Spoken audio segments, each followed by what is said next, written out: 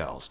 Let's now get into that next conversation. Uganda Film Festival makes 7 years. I have Andrew Kagwa. He's an arts and entertainment journalist with the Daily Monitor, arts and culture journalist with the Daily Monitor, and he joins me right now.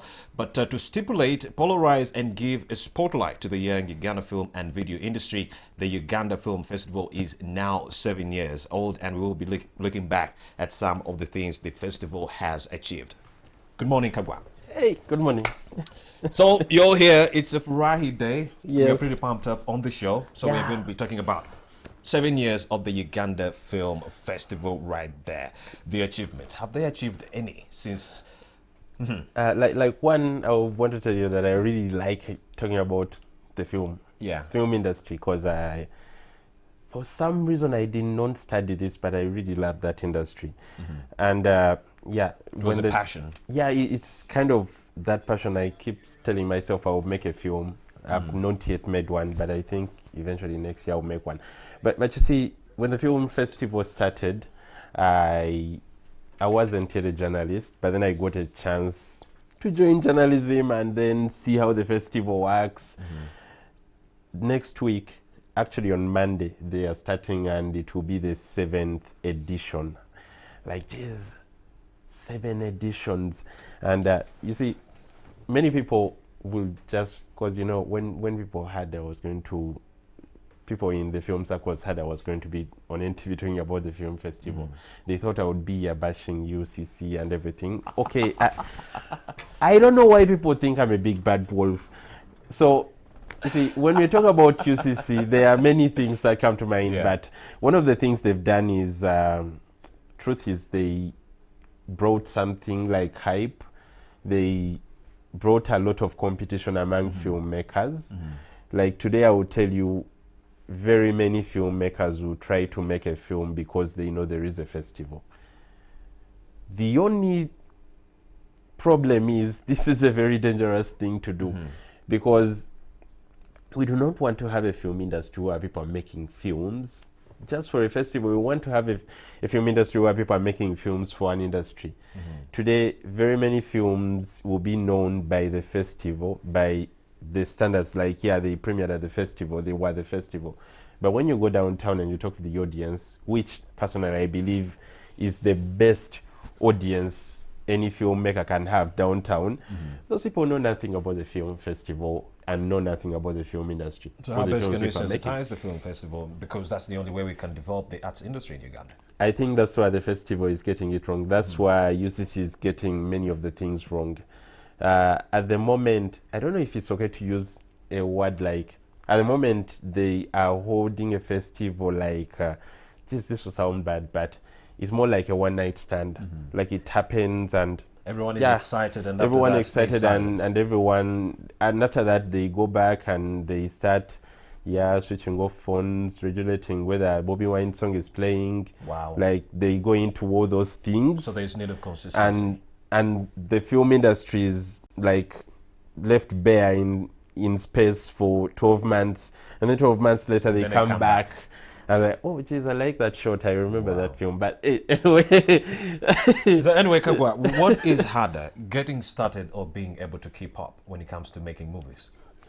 At the moment, we have not started as the industry.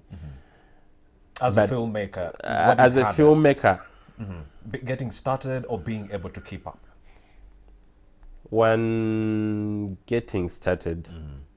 Because in Uganda, after you get started, you kind of get into the system, and there are people that are always willing to help you. Like I'm telling you, if I have a good story today, it will be easy for me to finish a full short film by, say, mid-December, because there are cinematographers that are willing to work with you, because it's more like a community. So people are kind of willing to work with each other. People are willing to work for each other, even for very little money. So it's very easy to shoot a film.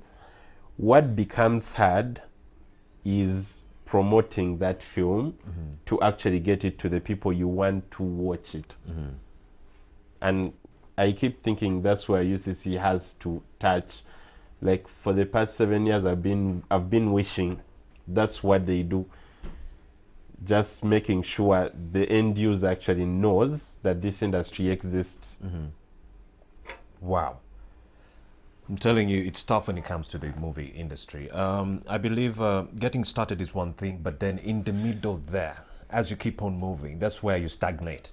You can start fine, but in the middle there, that's where you stagnate. And I believe that's where filmmakers should be more aggressive, because I think most of these filmmakers are not producing material just because they are waiting for that opportune moment when everything is perfect. That, hey, I need the finances to be perfect. I need to have that channel where I'm going to promote the movie to be perfect. And you cannot just wait for these things to just fall into alignment. And I believe if we are to produce more movies in this country, producers and filmmakers will just have to release. Just wake up with what you have and release it, and just leave it to the audience to decide, is it good or bad? It's to be based on that reaction that, hey, change this and that, and maybe your next project might be better. But just waiting for things to be perfect, we might never have movies in this country. We shall be waiting for the film festival. I'm one of the people that believe there is no bad art. Like, art is a very subjective thing. I think it's one of the reasons why I enjoy being an arts journalist. Like, you see, if you're a political writer, or if, I would say politics, like, you're forced to give the two sides of the story. Like, you believe someone ate money, and there are many things that show someone ate money, but then you will actually say it's said that he ate money, and then you'll have to go and ask him, did you eat money? And of course he will say, I didn't eat money. And that's what you're supposed to write. When I go and watch a film and I do not like it, it is a bad film according to me, and I'll give my reasons why it is a bad film. So that's why I keep saying I don't believe there is bad art. So I do not really understand why at times filmmakers believe we have to wait a certain time when our films are good enough. Like, what they have at the moment. But you know how, but you can see where the Nigerians came from. Their movies were very crappy in the 90s. It's actually one of the things I wanted to tell you. Like, there was a time I interviewed Rita Dominic, and she told me they used to produce movies for a week. And they made sure those movies were on the streets in the next week. Like, you're shooting for this entire week, and after shooting, you make sure that it is edited, everything is done, and it is on the streets. And they flooded the streets with their movies, and today they are third after Bollywood. But they were only a success because the community got involved. And in Uganda here, I believe we can only be a success if the community gets involved in the work that acts are putting out. Imagine if you put out a film, they're like last week, and then this following week you have someone coming up to you and saying, wow, Kagwa, that movie that I watched yesterday, it was so super amazing. That movie I watched yesterday or last week was super amazing. It will motivate you. I believe the person that would be saying that will not say it like you. The person that will say that will say, "Mana chali akazanyoko kankolede." Okay, the truth is, let's give me 5 years. You see, truth is, the people that are watching the films, the people that are supposed to be the target audiences, and not your affluent kind of audience. I usually tell filmmakers that these people do not really matter that much because they do not know what they want to begin with. The people that are the ideal film audience are actually people that are downtown. Those people will go and buy the worst film you've ever seen, a shaky camera, like the coloring is not good, the sound is not good, but they somehow like the story. Just me, Kagwa. I just think getting started, yes, it's hard, but to be able to keep going, we need that motivation from the public to keep us going. Those reviews that, hey, you're doing a great job, and then please keep on going. And my next question, when inspiration is waning, when you feel creatively sapped, how do you stay on course? How do you stay fresh? When as a filmmaker, I'm not a filmmaker. But you're an arts and culture journalist. As a filmmaker, you're not supposed to do everything yourself.